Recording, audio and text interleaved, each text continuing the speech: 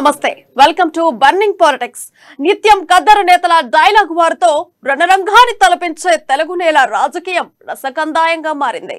సై అంటే సై అనే రేంజ్ లో సాగుతున్న పొలిటికల్ దంగల్పై ఓ లుక్ వేద్దాం. బీఆర్ఎస్ ప్రభుత్వంలో జరిగిన అక్రమాలపై రేవంత్ ప్రభుత్వం దృష్టి పెట్టింది. ముందు విద్యుత్ శాఖ వ్యవహారాలపై సమీక్ష మొదలు పెట్టగానే అందులోనూ అవకతవకలు బయటపడ్డాయి. ఈ వేడి ఇలాగా మొదలవ్వగానే వెంటనే రెండో టార్గెట్ కూడా మొదలైపోయింది. బీఆర్ఎస్ ప్రభుత్వంలో ధరణి పోర్టల్ ద్వారా పెద్ద ఎత్తున భూ అక్రమాలు జరిగినట్లు చాలా కాలంగా ఆరోపణలు వినబడుతూనే ఉన్నాయి. ఇప్పుడు ఇదే శాఖపై రేవంత్ ఫోకస్ చేశారు. రైతులకు మేలు చేసేలా మరో యాప్ కి శ్రీకారం చుట్టారు.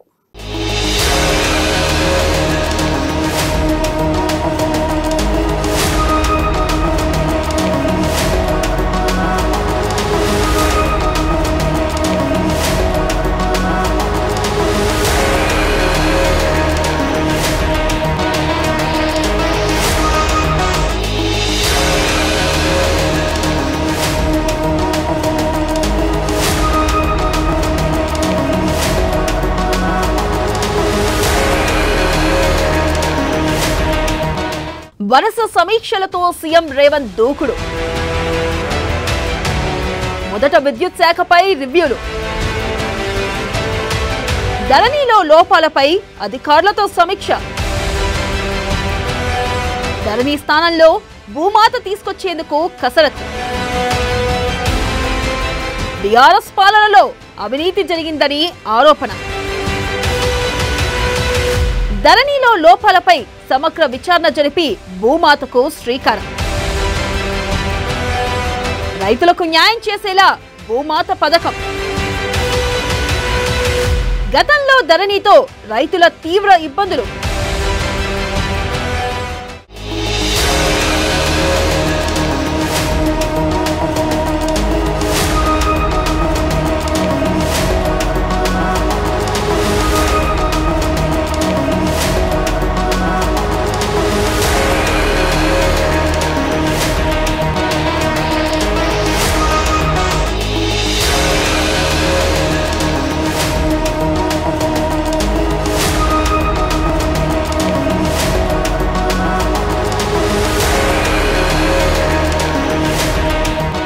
తెలంగాణ ముఖ్యమంత్రిగా రేవంత్ రెడ్డి బాధ్యతలు చేపట్టాక మొదటి రివ్యూ విద్యుత్ మీద చేశారు. అందులో లోటుపాట్లపై పరిశీలన చేశారు. ఇప్పుడు నెక్స్ట్ ధరణిని టార్గెట్ చేయబోతున్నారు. ఈ పోర్టల్ అక్రమాల పుట్టాగా మారిందని అధికారంలోకి రాకముందు రేవంత్ ఆరోపణలు చేశారు. తమ ప్రభుత్వం వచ్చాక ధరణి స్థానంలో భూమాత తీసుకొస్తామన్నారు. అయితే ధరణిని అడ్డుపెట్టుకుని బాగుపడ్డ అక్రమార్కులతో పాటు ఈ వ్యవస్థకు వత్తాసు పలికిన అధికారులపైన చర్యలు తీసుకునేందుకు సిద్ధమవుతుంది కాంగ్రెస్ ప్రభుత్వం.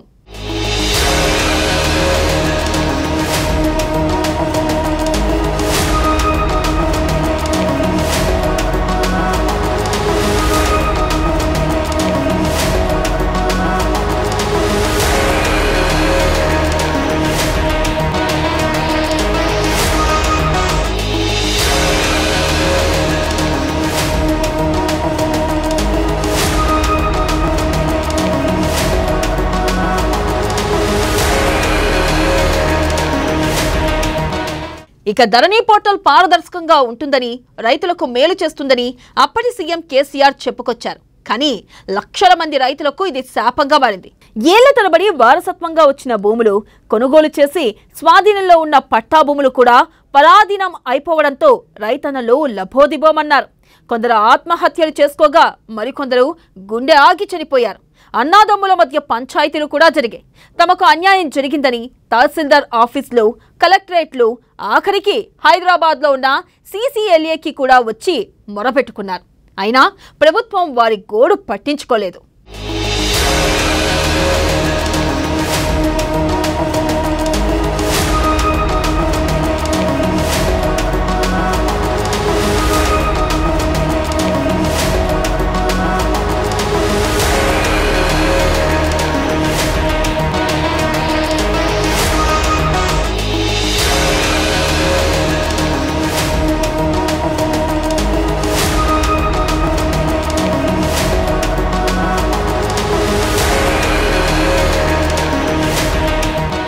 ధరణిలో 32 మాడ్యూల్ మార్చినా చాలా మందికి న్యాయం జరగలేదు.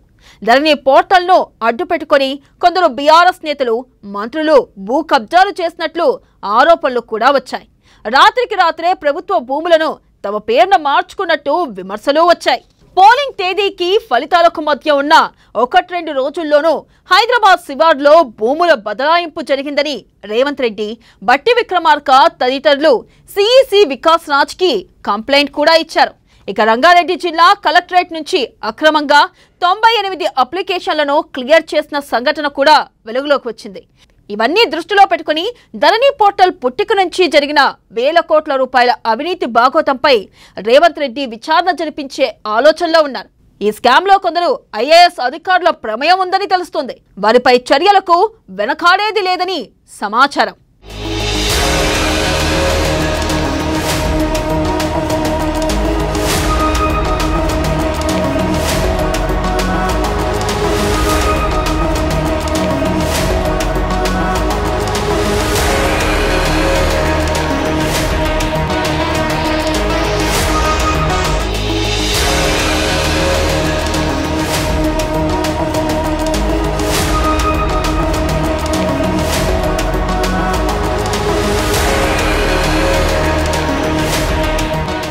ప్రధానంగా రంగారెడ్డి, మేడ్చల్, సంగారెడ్డి జిల్లాల్లోనే ధరణి దందా నడిచినట్టు కాంగ్రెస్ ప్రభుత్వం దృష్టికి వచ్చింది. ధరణి స్థానంలో ఎలాంటి అక్రమాలు జరగకుండా భూమాత వ్యవస్థను తీసుకొస్తామని ఎన్నికల ప్రచారంలో జనానికి హామీ ఇచ్చారు రేవంత్ రెడ్డి. ఇప్పుడు ఈ వ్యవస్థ తెచ్చే ముందు సమగ్ర అధ్యయనం చేయాలని ఆయన భావిస్తున్నారు. ధరణికి ప్రత్యామ్నాయంగా భూమాతను తీసుకురావడం కన్నా ప్రజలకు న్యాయం జరిగేలా, మేలు జరిగేలా వ్యవస్థ ఉండాలన్నది సీఎం రెడ్డి ఆలోచనగా కనిపిస్తుంది. భూ సమస్యలపై అధ్యయనానికి కమిటీ వేస్తారా లేదా అన్నది వచ్చే వారంలో తెలిసే అవకాశాలు ఉన్నాయి. వచ్చే వారంలో ధరణిపై సమీక్షా సమావేశం పెట్టడానికి రేవంత్ రెడ్డి ప్లాన్ చేసినట్లు సమాచారం.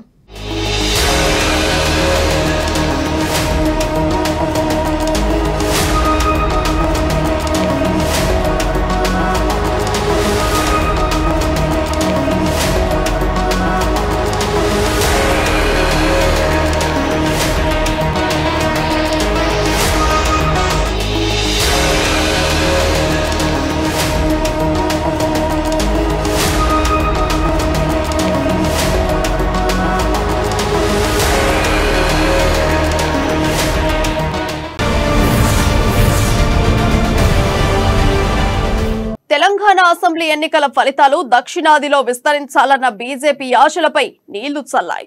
ఇప్పటికే కర్ణాటకలో అధికారాన్ని కోల్పోయిన బీజేపీకి తెలంగాణ ఫలితాలు షాక్ ఇచ్చాయి. సౌత్ లో ప్రాంతీయ పార్టీల హవా ఎక్కువ.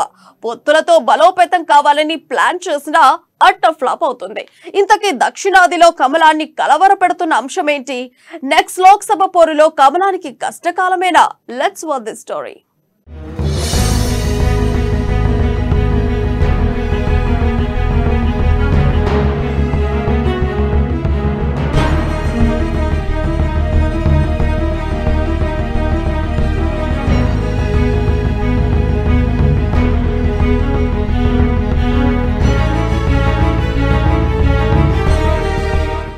సౌత్ లో బీజేపీకి కష్టకాలం.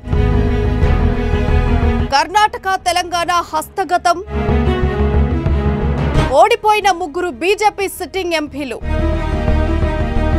బీజేపీ ఆశలపై నీళ్లు చల్లిన కాంగ్రెస్. తెలంగాణలో 8 సీట్లతో సరిపెట్టుకున్న బీజేపీ. సౌత్ లో ఫలించని బీజేపీ నార్త్ ఫార్ములా.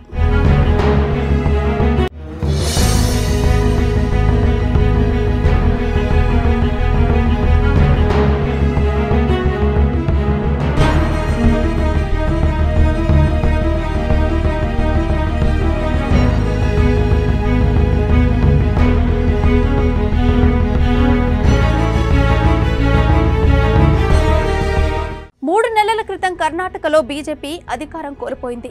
తెలంగాణపై ఆశలు పెట్టుకుంటే అధికారం మాట అటుంచితే 8 అసెంబ్లీ స్థానాల్లో మాత్రమే అభ్యర్థులు గెలుపొందారు. ఇప్పటికే ఆ పార్టీకి ఉన్న 4 ఎంపీ స్థానాల్లో 3 సిట్టింగ్ ఎంపీలు పోటీ చేసి ఓడిపోయారు. ఆ 4 లోక్సభ స్థానాల పరిధిలోని అసెంబ్లీ సెగ్మెంట్లలో కూడా బీజేపీ ఒక్క సీటు కూడా గెలవలేదు. అవి కాకుండా కొత్త ఏరియాల్లో అసెంబ్లీ సీట్లు బీజేపీకి వచ్చాయి. దాంతో తెలంగాణలోనూ కమలం పార్టీకి అంత సీన్ లేదని తేలిపోయింది.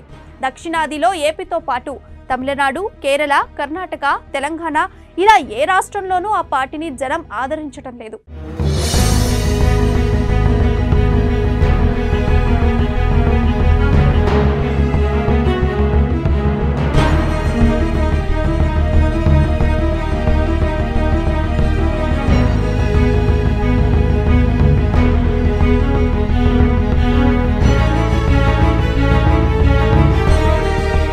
ప్రస్తుతం వారు ఎదురు దెబ్బలతో 2024 ఏప్రిల్లో జరిగే సార్వత్రిక ఎన్నికలకు ఎలా వెళ్లాలన్నది బీజేపీ అధిష్టానం పెద్దలకు అర్థం కావట్లేదు.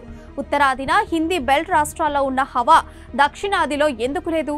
అందుకు అడ్డంకిగా ఉన్న అంశాలేంటి అన్నదానిపై బీజేపీ హైకమాండ్ దృష్టి పెట్టింది. జనరల్ ఎలక్షన్స్ నాటికి ఈ దక్షిణాది రాష్ట్రాల్లోని స్థానిక ప్రభుత్వ వైఫల్యాలపై పోరాడాలని డిసైడ్ అయింది.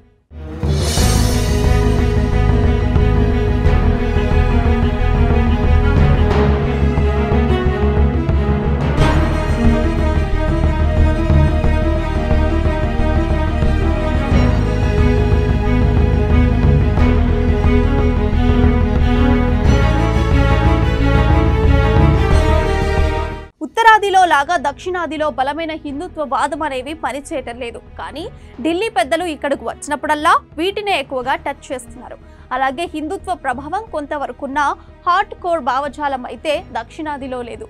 హిందువులు కూడా స్థానిక అవసరాలను బట్టి ఆయా పార్టీలకు ఓట్లేస్తున్నారు. కర్ణాటకలోనూ హిందుత్వను రెచ్చగొట్టడానికి ప్రయత్నించి కమలం పార్టీ బొక్కపోర్ల పడింది. కానీ ఢిల్లీ పెద్దలు ఎందుకు ఆ ఇష్యూని లైట్ తీసుకున్నారో అర్థం కావటం లేదు.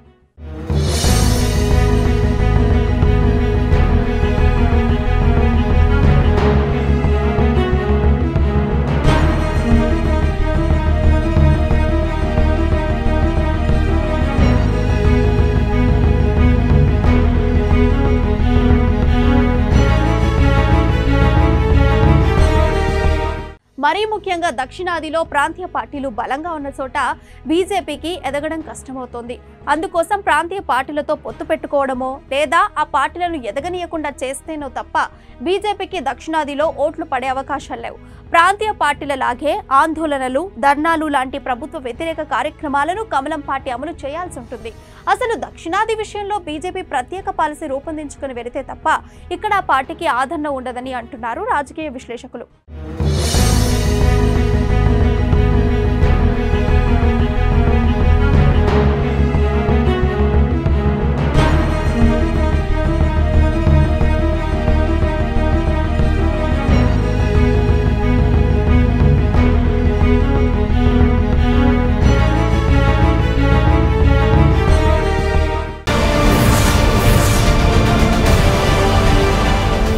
కేసీఆర్ అసెంబ్లీకి వస్తారా?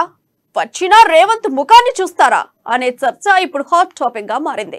ప్రతిపక్ష సభ్యుడిగా సభలోకి వచ్చేందుకు కేసీఆర్ ఇష్టపడరని ప్రచారం జరుగుతోంది.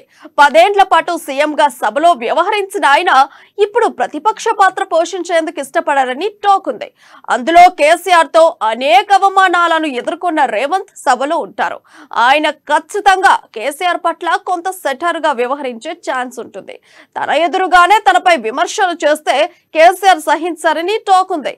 అందుకే మరోవైపు దారిని ఎంచుకున్నారట గులాబీ బాస్.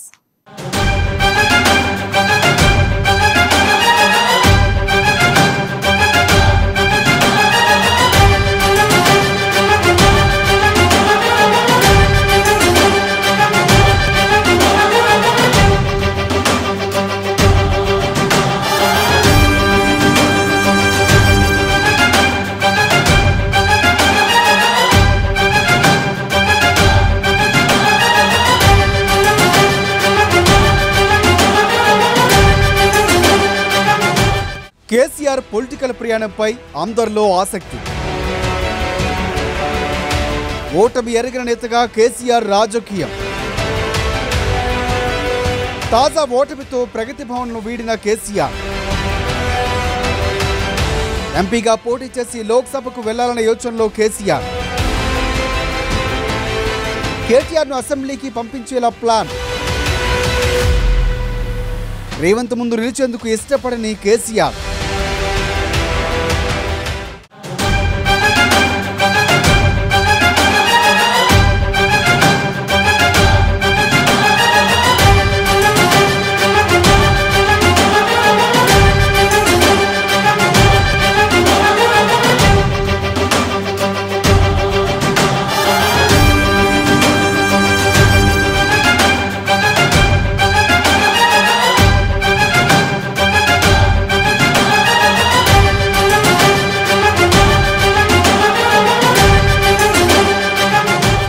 ప్రత్యేక తెలంగాణ రాష్ట్ర సాధనలో ముందడుగు వేసిన కేసీఆర్ ఆదివారం ముఖ్యమంత్రి పదవికి రాజీనామా చేశారు.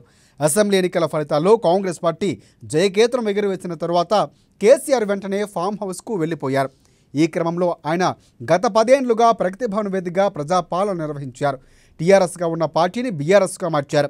తెలంగాణ రాష్ట్రం బంగారు తెలంగాణగా మారిందని, ఇప్పుడిక దేశ రాజకీయాల్లోకి వెళ్లి దేశాన్ని బాగు చేద్దామని గతంలో పలుమార్లు చెప్పారు కేసీఆర్. కానీ తెలంగాణలో అధికారం రాకపోయేసరికి ఇప్పుడిక కేసీఆర్ ఏం చేస్తాడు, ఎలాంటి కార్యక్రమాల్లో పాల్గొంటారు అని తెలంగాణ వ్యాప్తంగా ఆసక్తికరంగా చర్చించుకుంటున్నారు.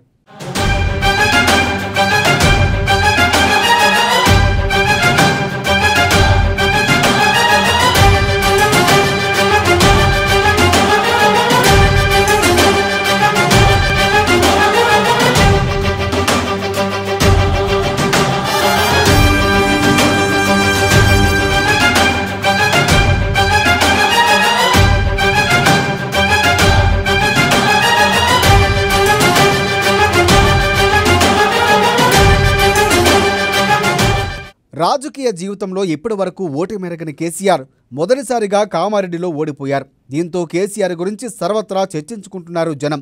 ఈ ఎన్నికల్లో హ్యాట్రిక్ కొడతామనుకుని కనీసం సీట్లు కూడా తెచ్చుకోలేకపోయారు ఆయన. అయితే కేసీఆర్ ఇప్పుడు తెలంగాణలో కాకుండా దేశ రాజకీయాల్లో తనదైన ముద్ర వేయాలని అనుకుంటున్నట్లు సమాచారం అందుతుంది. అందుకు ఎంపీగా పోటీ చేసి జాతీయ రాజకీయాల్లోకి వెళ్లనున్నట్లు తెలుపుతున్నారు.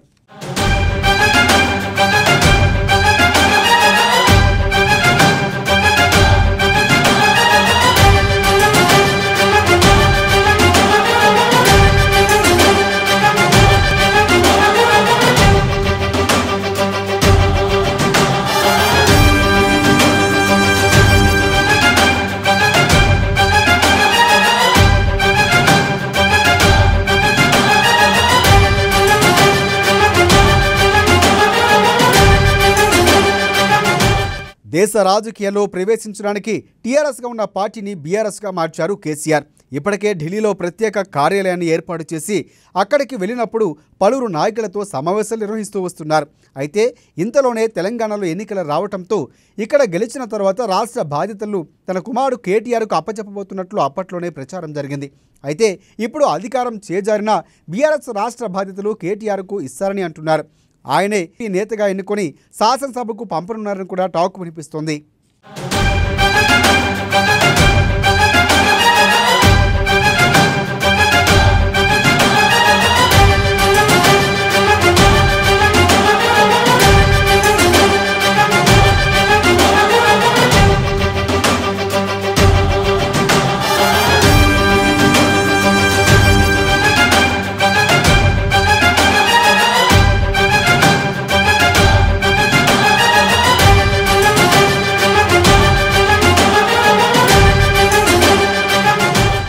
వచ్చే ఎంపీ ఎన్నికల్లో కేసీఆర్ పోటీ చేయనున్నట్లు సమాచారం అందుతుంది.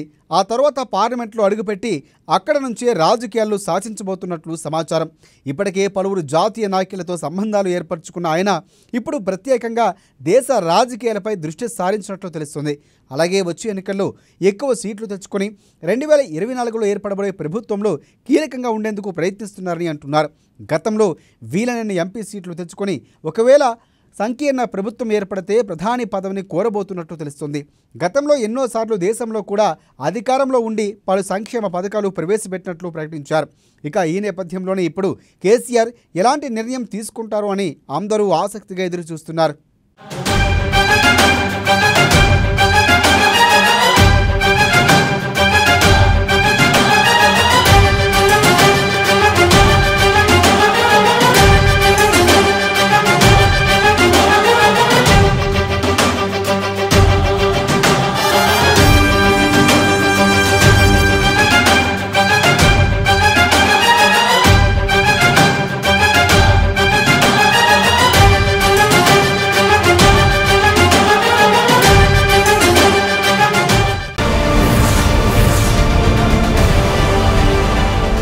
ఇది నాటి బర్నింగ్ పాలిటిక్స్. మరిన్ని రాజకీయ విషయాలు రేపటి బర్నింగ్ పాలిటిక్స్ లో చూద్దాం. Until then stay tuned with Amma news.